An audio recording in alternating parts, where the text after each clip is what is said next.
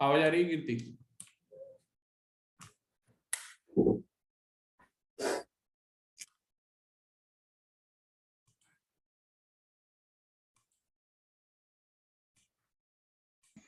Good evening, sir. Good evening.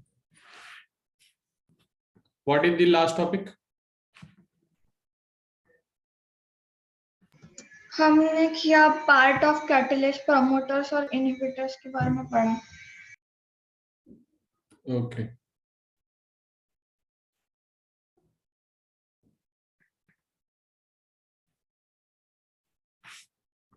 Part of catalyst and inhibitors के बारे में। जी, promoter and inhibitor के बारे में। ठीक है, होमोजीनियस और हेटेरोजीनियस कैटालिसिस हो चुका था। जी ठीक है,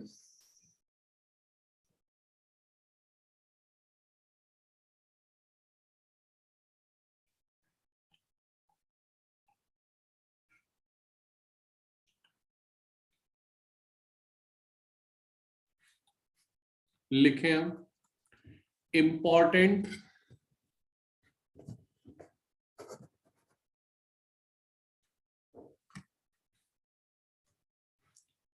important feature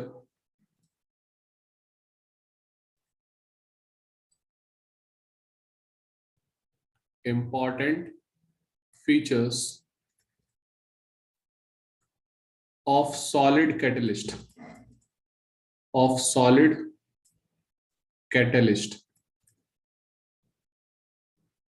important feature of solid catalyst. What are the important features? देखो, यहां पर हम हेटेरोजीनियस कैटालिसिस की बात कर रहे हैं, जहां पर कैटलिस्ट जो है वो सॉलिड फेस का है। फॉर एन एग्जाम्पल, मैंने शायद आपको एग्जाम्पल बताया था कि जैसे H2 है प्लस O2 है, ठीक है, ये हमारा प्लेटिनम के प्रेजेंस में इसकी रिएक्शन करवाते हैं तो ये बन गया हमारा पानी। तो प्लेटिनम जो है वो कैसा स्टेट का है? सॉलिड। ठीक है, ये कैसा है? लिक्विड। ये कैसा है? गैस। ये कैसा है? लिक्विड। ये कैसा है? गैस। तो ये पूरा का पूरा एग्जाम्पल जो है वो किसका हो गया? हेटेरोजीनियस कैटालिसिस का। कैसा हो गया? Heterogeneous catalysis. तो यहां पर लिख सकते हैं, सबसे पहले हम लोग यहाँ पर 3 टर्म देखेंगे हम बेसिकली। इसमें 2 टर्म ज्यादा इंपॉर्टेंट है। सबसे पहले हम देखेंगे एक्टिविटी ऑफ कैटलिस्ट। तो एक्टिविटी ऑफ कैटलिस्ट में लिख लेना, the activity of catalyst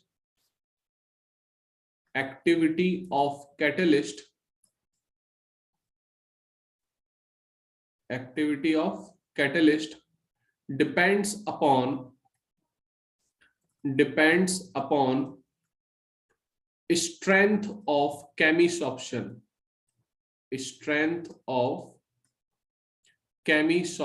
What is chemisorption? What is chemisorption? What is chemisorption? Sir, जो इरिवर्सिबल नहीं होता।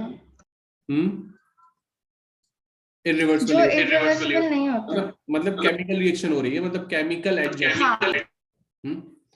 ठीक है, तो extent of the activity of catalyst depends upon the strength of chemisorption to large extent. जिस हद तक, मतलब जिस लेवल तक केमिसॉर्प्शन हो सकता है, उस पे उसकी स्ट्रेंथ पर डिपेंड करेगी activity of catalyst. Got it? ये पहला पॉइंट हो गया। सेकंड पॉइंट क्या है? The reactants must get adsorbed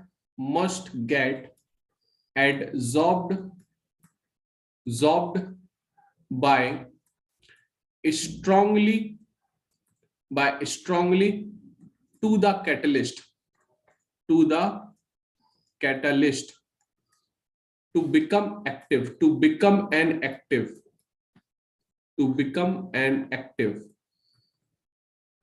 Got it? Reactant must get adsorbed by strong to the catalyst to become an active. मतलब ये जो रिएक्टेंट है वो जो भी हमारे कैटलिस्ट पर एडसॉर्ब्ड होंगे, समझे कि नहीं? तो वो डिपेंड करेगा कि वो कितना एक्टिव है, वो कितनी तरीके से मतलब कितनी स्ट्रेंथ के साथ या कितने स्ट्रांगली वो एड्सॉर्ब करते हैं जो रिएक्टेंट है कैटलिस्ट से, वो उसकी एक्टिविटी को बताएगा। किसकी एक्टिविटी को? कैटलिस्ट की। क्लियर है बात? कोई डाउट? जी सर। कोई डाउट? No sir. ठीक है, तो यहां पर ये 2 पॉइंट इंपॉर्टेंट है, तो 2 पॉइंट लिख लेना। फिर हम लोग देखेंगे यहां पर सिलेक्टिविटी। हम देखेंगे next selectivity. Selectivity, what is selectivity? Selectivity मतलब कैटलिस्ट को हमें सिलेक्ट करना होता है। अगर हम जो कैटलिस्ट डालेंगे तो प्रोडक्ट हमें उसी हिसाब से मिलेगा। ठीक है, the selectivity of catalyst, the selectivity of catalyst, of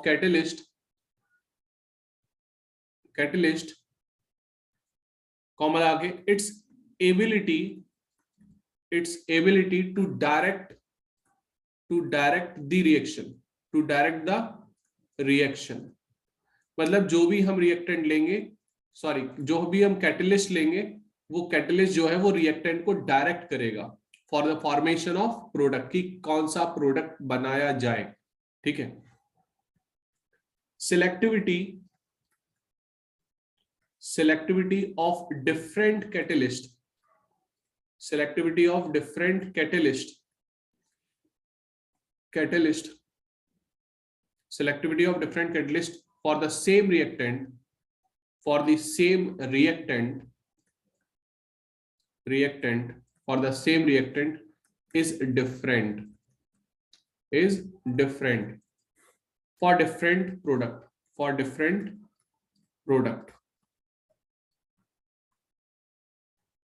for an example क्या है इसके?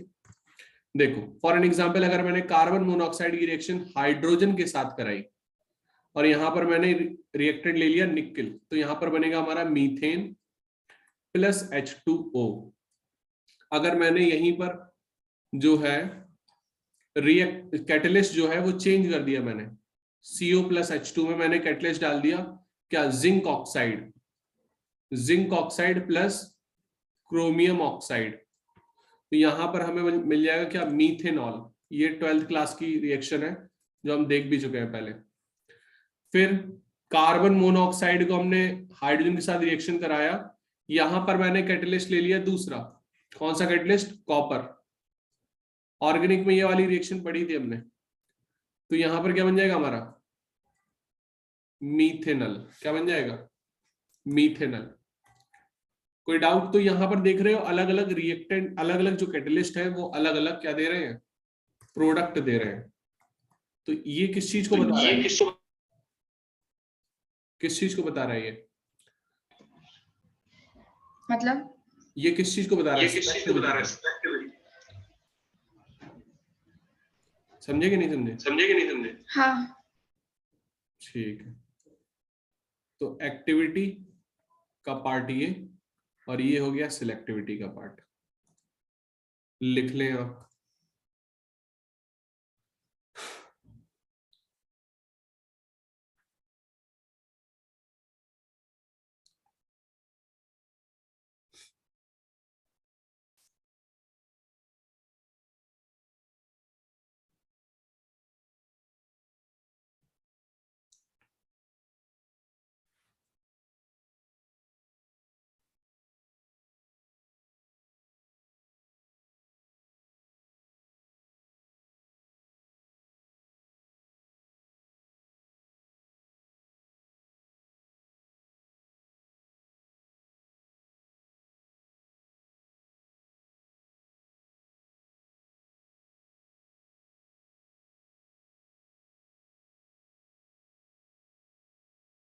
सर वो आपने इनएक्टिव लिखा है ना? Inactive, inactive, not inactive.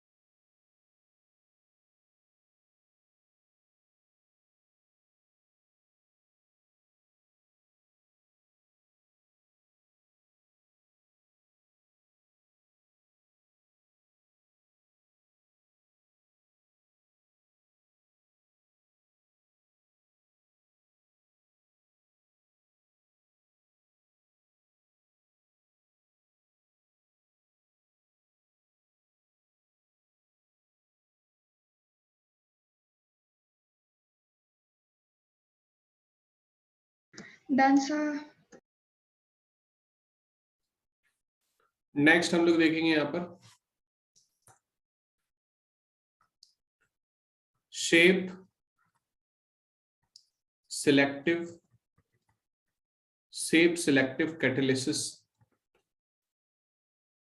catalysis by zeolites. What are zeolites? Zeolites basically एक कैटलिस्ट ही होता है जो हम लोग यूज करते हैं, उसमें यूज होता है जो प्यूरिफायर्स यूज करते हैं हम लोग। तो प्यूरिफायर्स में जो माइक्रोस्कोपिक लेवल पे जो छलनी लगी होती है ना, वो जियोलाइट्स की होती है। देखना यहाँ पर तो कैसे ये शेप सिलेक्टिव है, शेप पर कैसे डिपेंड करेगा ये। देखो ये सबसे पहले हमने देखा यहाँ पर important feature of solid catalysis. यहाँ पर हमने देखी एक्टिविटी और यहाँ पर देखी हमने सिलेक्टिविटी। अब देखेंगे हम on the basis of shape selective कैसे होते हैं। ये सभी कैटलिस्ट पे डिपेंड नहीं करता है, लेकिन जहां पर जरूरी होता है वहां पर डिपेंड करता है। फॉर एन एग्जांपल जियोलाइट्स के केस में तो यहां पर लिख लेना कैटालिटिक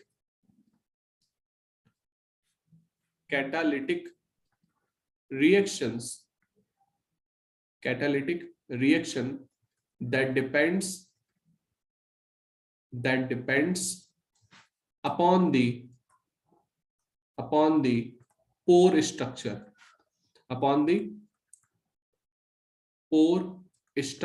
of the catalyst,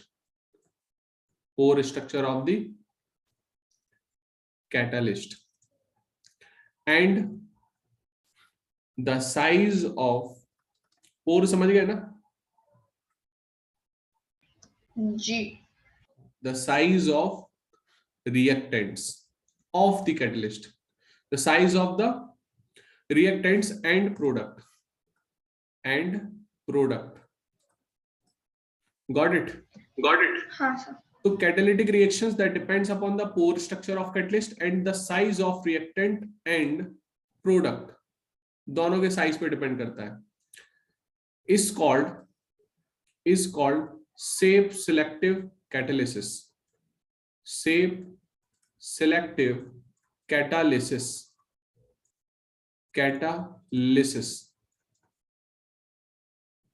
इतनी बात समझ में आ गई आपको? जी सर। ठीक है, तो यहां पर लिख लेना next point, zeolites are. Sir ये होता क्या है वैसे?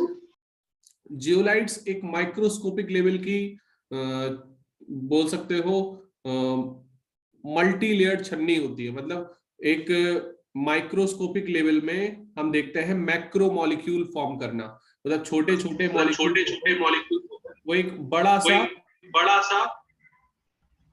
चेन फॉर्म करना, that is called basically zeolites. अच्छा, दिखता कैसा है? मैं अभी पिक्चर देखो दिखाने की कोशिश करता हूँ, निकालता हूँ तो दिखाता हूँ आपको। देखो zeolites are good shape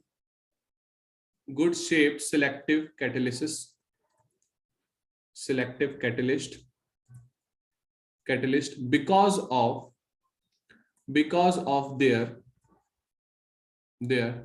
honeycomb like structure. Honeycomb समझ गए, वो मधुमक्खी का छत्ता जी।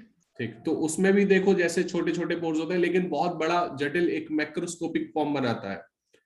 ठीक है, माइक्रोस्कोपिक पोर का macroscopic structure, honeycomb like structures, they have microporous aluminosilicates with three-dimensional network, of silicates बोल दो, क्योंकि सिलिकॉन आ गया तो सिलिकेट्स ही बनाएंगे। फिर सिलिकेट्स क्यों, वाई सिलिकेट्स, और सिलिकेट्स क्यों बनाते हैं नेटवर्क सॉलिड? कार्बन की तरीके से, कैटिनेशन प्रॉपर्टी की वजह से। तो कैटिनेशन प्रॉपर्टी होती है इनकी, तो ये हमारा उस बेसिस पे एक मैक्रो मॉलिक्यूल फॉर्म कर लेता है 3D शेप का। Got it? बॉन्ड क्या होता है? कौन से बॉन्ड काम करेंगे? देखो ये सिलिकॉन का है, यहां पर ऑक्सीजन, यहां पर एल्यूमिनियम, इस तरीके से ये जुड़ा होगा। Got it? That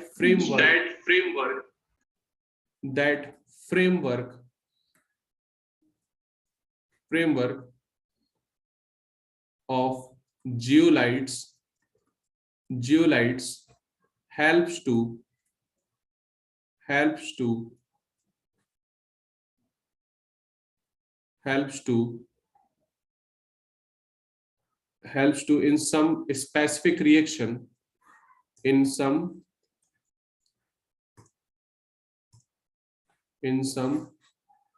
specific reactions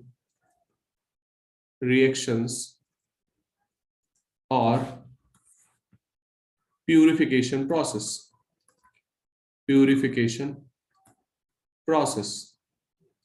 Got it? जी सर। ठीक है। reactions which depends on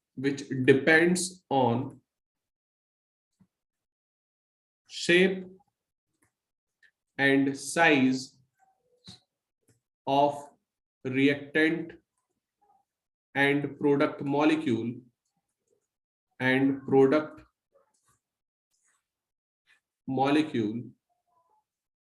reactant and product molecule, as well as pore and cavities में समझिए, cavities of जियोलाइट्स। पोर्स या कैविटी दोनों एक ही बात है लमसम। Got it? पोर्स जो है वो कैविटीज का काम करेंगे। समझ में आ गई बात? जी sir. Zeolites are widely used as petrochemical industries, as in petrochemical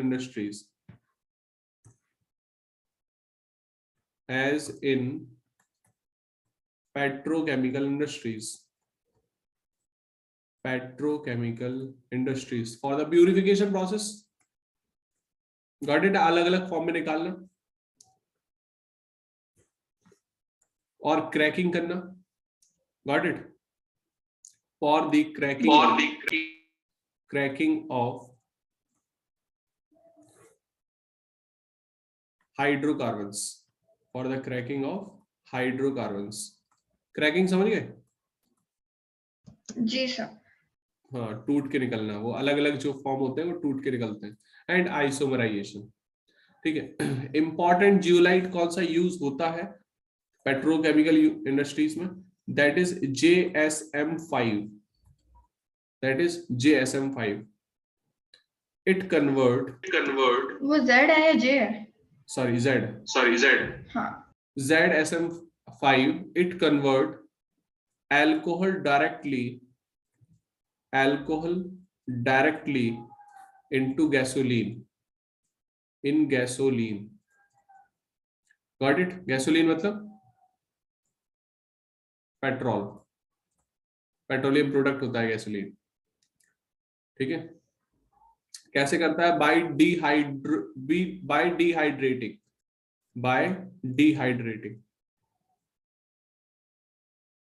dehydrating. इतनी बात समझ में आ गई? हाँ सर। ठीक है, लिख लो।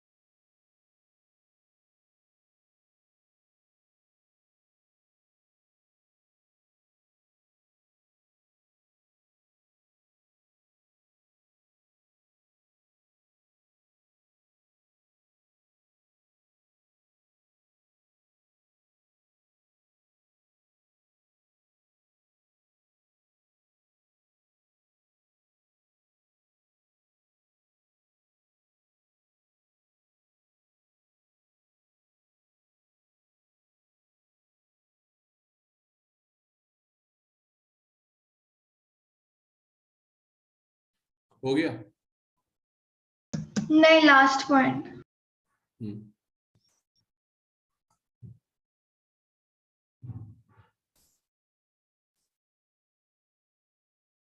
सर, ये अपना पेपर कितना टाइम का होगा?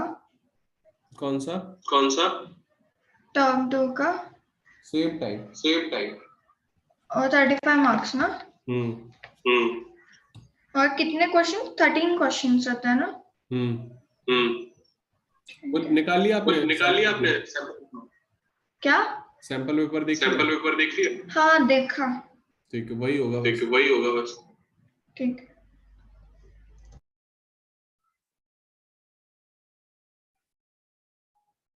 आसान कर दिया है काफी।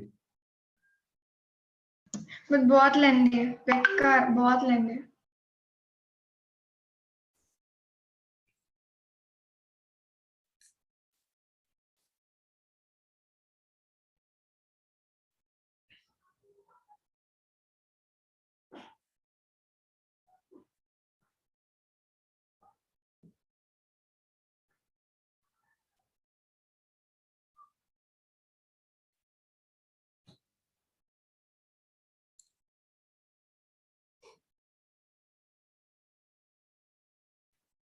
Done sir. अब हम इसके बाद enzymes, the most important part, enzyme catalysis.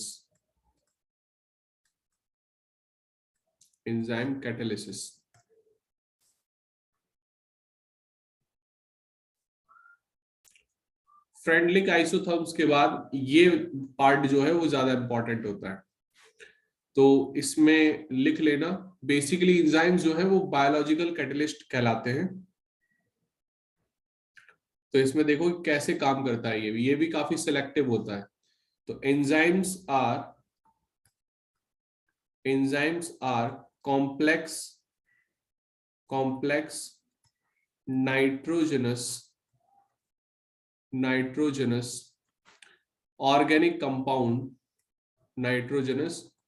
organic compound which are produced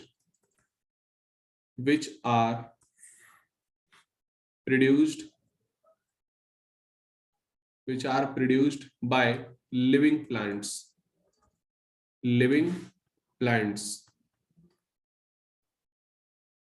and mammals.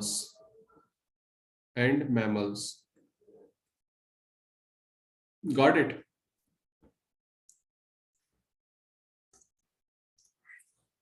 Ji. They are basically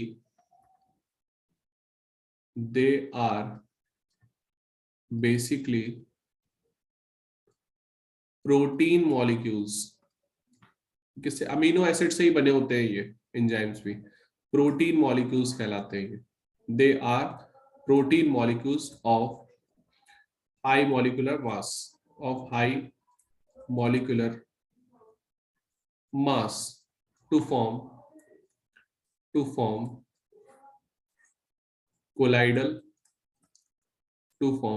colloidal solution in water.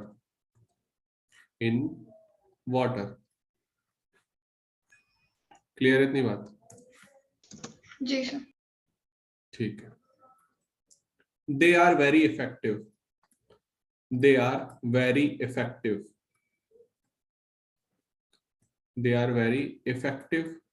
catalyst. Effective भी और सिलेक्टिव भी, they are very effective catalyst. ठीक है, इसमें लिख लेना, ऊपर ही लिख लेना ये, they are biological catalyst. They are biological catalyst which are specific in nature.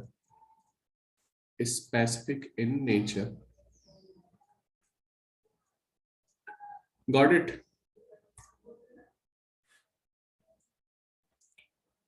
इतनी बात समझ में आ गई? Yes sir. most of the enzymes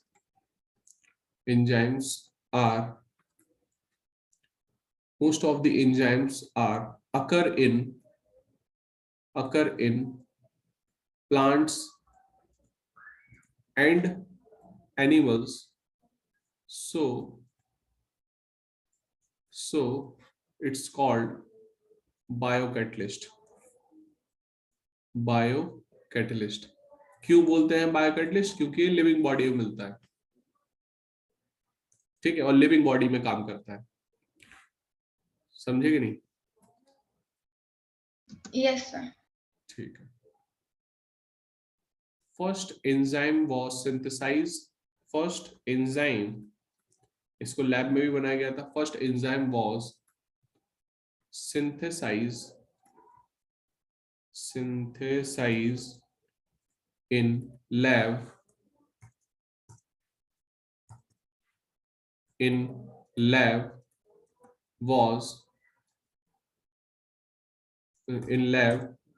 कब? in 1969। कब बनाया गया था? 1969। Got it? कौन से ऐसे कैटलिस्ट हैं जो हम लोग को पता होना चाहिए खासकर? फॉर एग्जाम्पल्स, एक पहला प्रोसेस है इन्वर्जन ऑफ केन शुगर। नाम सुना है इस प्रोसेस का? इन्वर्जन ऑफ केन। कौन सा एंजाइम यूज होता है इसमें? बताया तो है मैंने। सुक्रोज लेंगे हम यहाँ पर C12 H22O11। तो फिर यहां पर हम लेते कौन सा कैटलिस्ट? इनवर्टेज, क्योंकि हम इन्वर्जन करा रहे हैं तो इनका नाम क्या लगा देंगे? इन्वर्टेज। एंजाइम में लास्ट में एज लगा होता है। Invertase, जाइमेज, diastase, urease. Got it? तो इस तरीके से एंजाइम्स होते हैं। यहाँ पर हो जाएगा C6H12O6।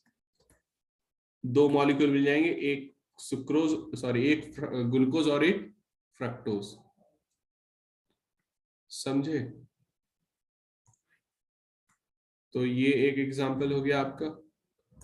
दूसरा एग्जाम्पल,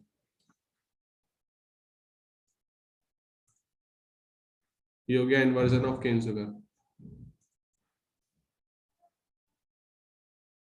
दूसरा एग्जाम्पल देख लेते हैं हम लोग।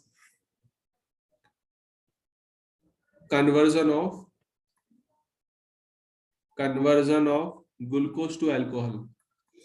ग्लूकोज टू अल्कोहल, जो अल्कोहल बनने का प्रोसेस होता है ना, लिक्वर बनने का जो प्रोसेस होता है, वो ये वाला प्रोसेस है। लिक्वर समझ गए ना? Yes sir. तो यहां पर जो एंजाइम लेंगे हम, वो लेते हैं हम लोग जाइमेज। कौन सा लेते हैं? जाइमेज। क्या बन जाएगा यहाँ पर? 2 मोल बनेगा इथेनॉल। इथेनॉल मतलब CH3CH2OH और CO2 निकलेगा। कितना? 2 मोल।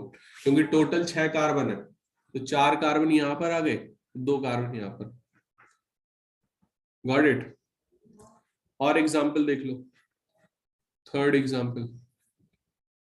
एग्जाम्पल इज, हम ले लेंगे यहां पर कन्वर्जन ऑफ स्टार्च इनटू किसमें कन्वर्ट होता है स्टार्च? ग्लूकोज में, माल्टोज में, सॉरी, टू माल्टोज।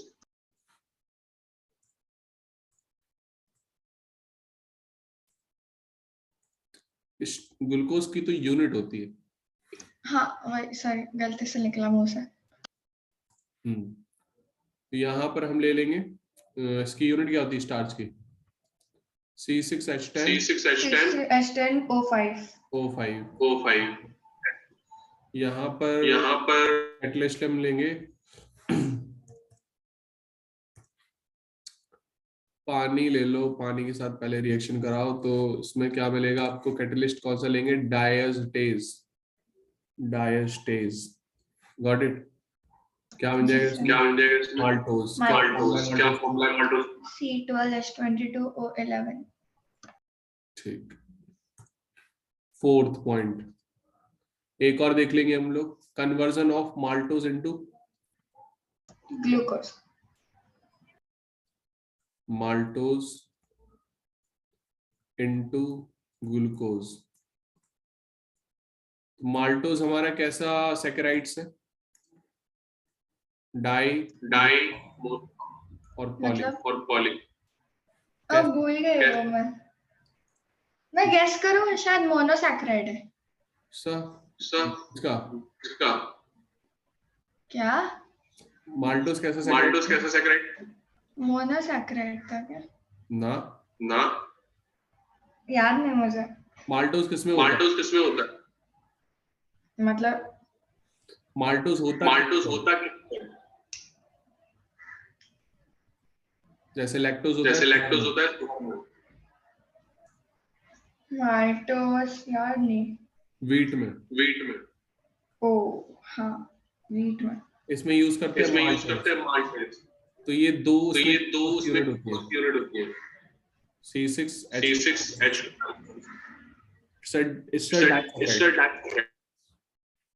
अच्छा, यस। फिफ्थ एक और देख लेते हैं हम लोग। नेक्स्ट है decomposition of urea. Decomposition of urea into ammonia. Exactly. तो अमोनिया में हम तो यूरिया का फॉर्मूला क्या होता है? NH2CO NH2। NH2CO। किसने सिंथेसाइज किया था इसको पहली बार लैब में? याद नहीं। Friedrich Wohler. इसमें क्या यूरिया है तो यूरियस यूज करेंगे, जी। समझे ना? Ammonia plus C. Got it. एक और देख लेते हैं, कन्वर्जन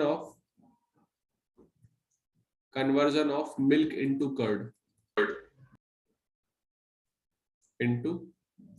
कर्ड। इससे पहले हम लोग देख लेंगे यहाँ पर पेप्सिन का एग्जाम्पल सुना है जो जी, प्रोटीन्स को पेप्टाइड में कन्वर्ट करता है ना। तो लिख लेना enzyme convert protein into peptides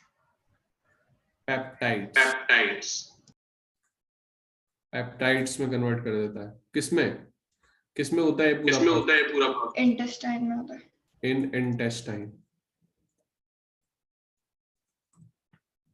clear? Next कौन सा लिख रहे थे हम? Conversion of milk into curd. Conversion of milk into curd.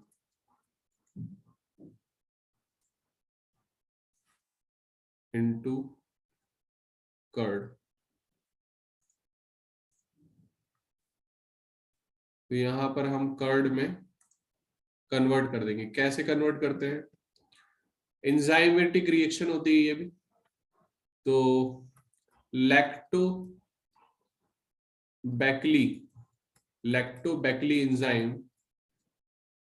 Enzyme convert milk to curd.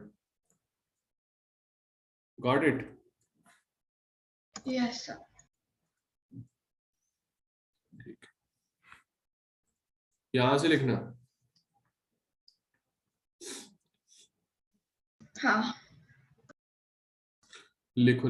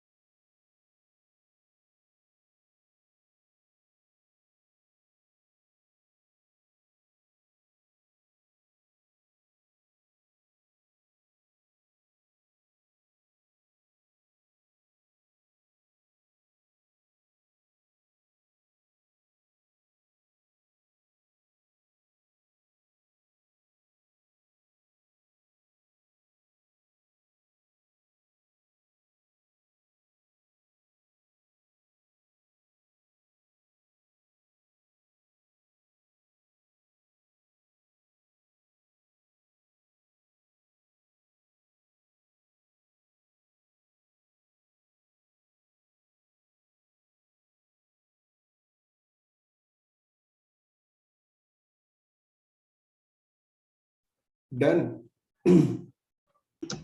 1 minute, last वाला।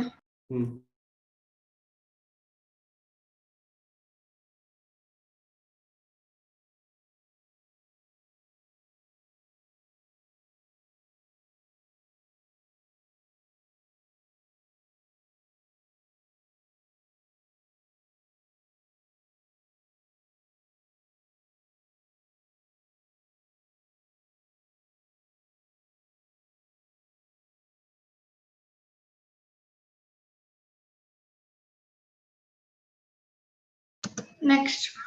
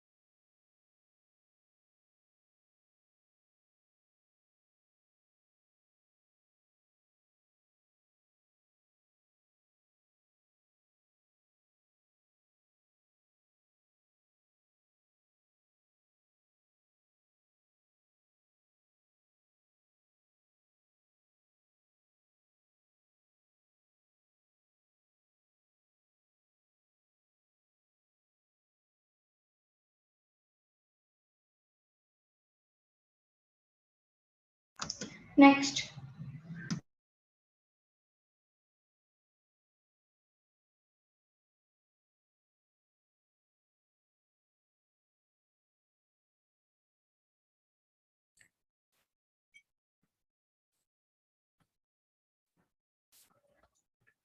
नेक्स्ट हम लोग यहां पर देखेंगे characteristics of enzymes. Characteristics of enzyme catalysis. Enzyme catalysis. Clear है इतनी बात? Yes sir. तो कैरेक्टरिस्टिक्स ऑफ एंजाइम कैटलिस्ट में हम लोग देखेंगे सबसे पहले, यहां पर लिख लेना, it is most efficient. Highly efficient का मतलब कि अगर हाईली एफिशिएंट, एफिशिएंट का मतलब क्या होता है? What is the means of efficient? सही मतलब क्या होगा एफिशिएंट का? टिकाऊ। टिकाऊ, ज्यादा काम करने, ज्यादा काम करने को। हाँ। हाईली एफिशिएंट का मतलब क्या है? तो मतलब ये है कि मतलब एक एंजाइम का मॉलिक्यूल लाखों रिएक्टेंट्स को प्रोडक्ट में कन्वर्ट कर देता है। आ रही बात समझ में? जी। तो सबसे पहले इसमें एक इसकी तारीख लिख दो पहले, वरना बुरा मान जाएगा ये। तो enzyme catalyst, enzyme catalysis is unique and its efficiency and high degree of specificity। Clear? ये तो मैं पहले भी लिखवा चुका हूं, it is specific in nature, ये लिखवाया था मैंने। Got it? तो इसमें पॉइंट वाइज आपको लिखना है। सबसे पहले हम देखेंगे कि it is most highly efficient, most highly efficient. Got it? दूसरा point, highly specific in nature, मतलब जो highly specific in nature. For an example, अगर प्रोटीन एक टाइप की प्रोटीन को पचाने के लिए एक ही एंजाइम है, तो वो एक ही है। मतलब फॉर एन एग्जांपल अगर हम यूरिएज की बात करें तो जो यूरिएज है वो सिर्फ यूरिया के केस में यूज हो रहा है, वो यहाँ माल्टेज के केस में यूज नहीं हो रहा, या वो डायटेज के केस में यूज नहीं हो रहा है। आ रही है समझ में कि नहीं? तो it is highly specific in nature, specified है ये। Got it? जी सर। नेक्स्ट है highly active under optimum temperature. Under optimum temperature, optimum temperature का मतलब क्या है? रूम टेम्परेचर या ह्यूमन बॉडी का टेम्परेचर। ऑप्टिमम टेम्परेचर का मतलब क्या है? ह्यूमन बॉडी के टेम्परेचर। ह्यूमन बॉडी के टेम्परेचर। हाँ। या बॉडी टेम्परेचर लिख लो, बॉडी टेम्परेचर। समझे कि नहीं? Yes sir. ठीक। Next, highly active under optimum pH. Highly active under optimum pH. Optimum समझ गए ना, जो ह्यूमन बॉडी का पीएच है। अगर ह्यूमन बॉडी के लिए एंजाइम की बात कर रहे हैं तो उसी का अंडर का बॉडी का पीएच लेवल पे काम करना चाहिए। ये नहीं बहुत ज्यादा एसिडिक हो गई, अब जहर आ गया, सांप ने काट लिया, ठीक है, अब उस लेवल पे आप सोचो कि एंजाइम काम करे, वहां काम नहीं करेगा, एक्टिविटी जो है वो कम हो जाएगी। तो एक्टिविटी कब है? मोस्ट हाईली एफिशिएंट एक्टिविटी कब है? जब वो ऑप्टिमम टेम्परेचर पर हो, तब अच्छे से काम करेगा, ऑप्टिमम पीएच पर हो। समझा? Yes sir. Next, increasing activity in presence of activator। in presence of activator, activator समझ गए ना? Yes sir. और कोएंजाइम एक ही बात है, लमसम कोएंजाइम्स। बात आ गई समझ में? हाँ sir. Next, it also influenced by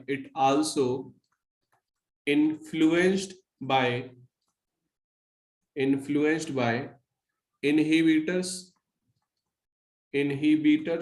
and poisons। inhibitors and poisons, समझे? इनहिबिटर समझ गए? Yes. ठीक, इसको छाप लो, फिर हम लोग देखेंगे mechanics of enzyme catalyst. Mechanics of enzyme catalyst. बहुत बड़ा है क्या वो? छोटा है, उसको कवर छोटा है, करना उसको कवर कर दो। ठीक है, 6 बजे लेक्चर है मेरा, मुझे लिखना है वो। रुक जाओ, मैकेनिक्स ऑफ एंजाइम कैटलिस्ट समझा देता हूँ। मैकेनिक्स ऑफ एंजाइम कैटलिस्ट, क्योंकि हमें दूसरी क्लास में नया टॉपिक स्टार्ट करना है, एंजाइम सोच रहा हूँ मैं खत्म हो जाए। तो मैकेनिज्म ऑफ एंजाइम कैटलिस्ट, कैसे काम करता है ये मैकेनिज्म, मतलब इसकी मैकेनिज्म क्या होती है, कैसे काम करता है एंजाइम? ये इट वर्क्स लाइक की लॉक सिस्टम। की लॉक सिस्टम समझ गए? कि जो एक चाबी का एक ही ताला है, या एक ताले की एक ही चाबी होती है, दूसरे चाबी से नहीं हो सकता। मतलब जो अगर कोई फूड है, अगर एंजाइम पचा रहा है, उसको डाइजेस्ट करवा रहा है या कोई रिएक्शन करवा रहा है, तो वो उसी टाइप के रिएक्टेंट के लिए वो पर्टिकुलर स्पेसिफाइड रहेगा। आ रही हो समझ में कि नहीं? There are number of cavities present on the surface of colloidal particles। surface of colloidal particles of enzyme मैंने बताया था एंजाइम जो है वो एक कोलाइडल सॉल्यूशन बना लेते हैं, ठीक है। these cavities are specified shape which allow specific group.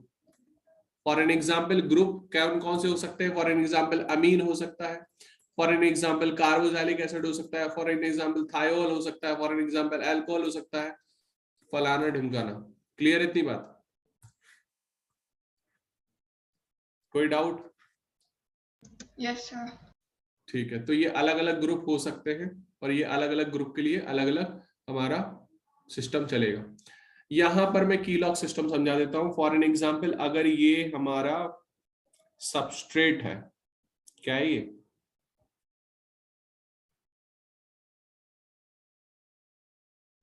Substrate है, और यहां पर जो एंजाइम यूज हो रहा है वो एंजाइम यूज हो रहा है ये वाला।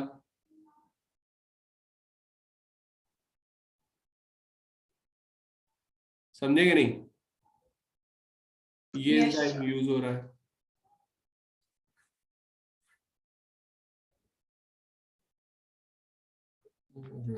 पूरा जाएगा पूरा। ओहो हो,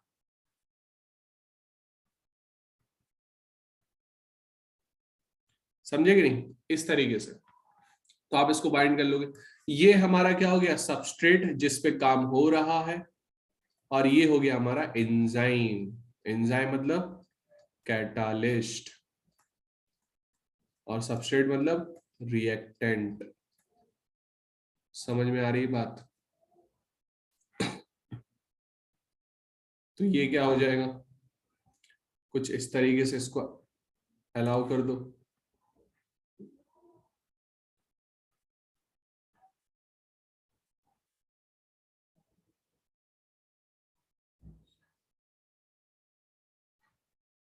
समझे? यहां पर ये आप फिट कर दो।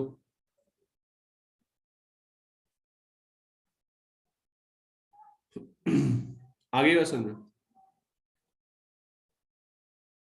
Yes sir. ठीक। तो इसको ना ऐसे कर दो, ऐसे, ठीक है? सही से बना लेना इसको।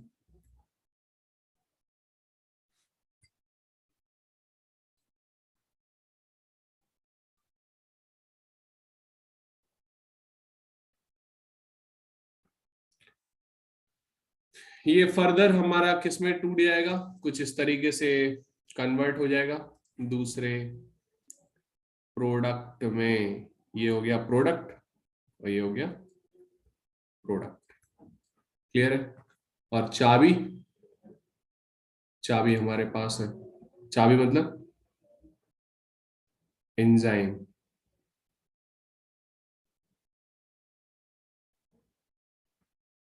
आ रही है समझ में?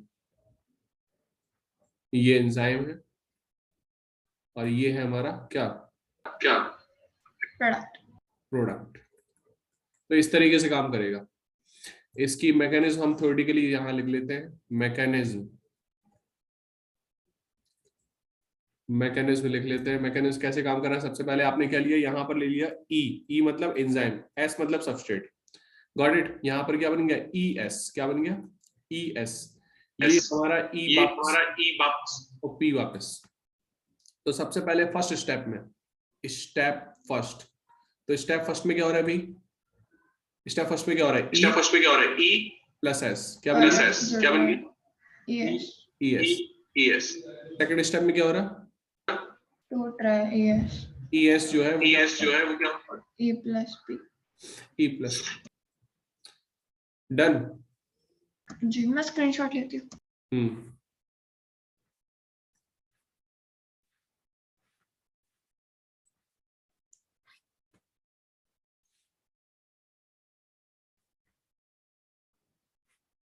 डन।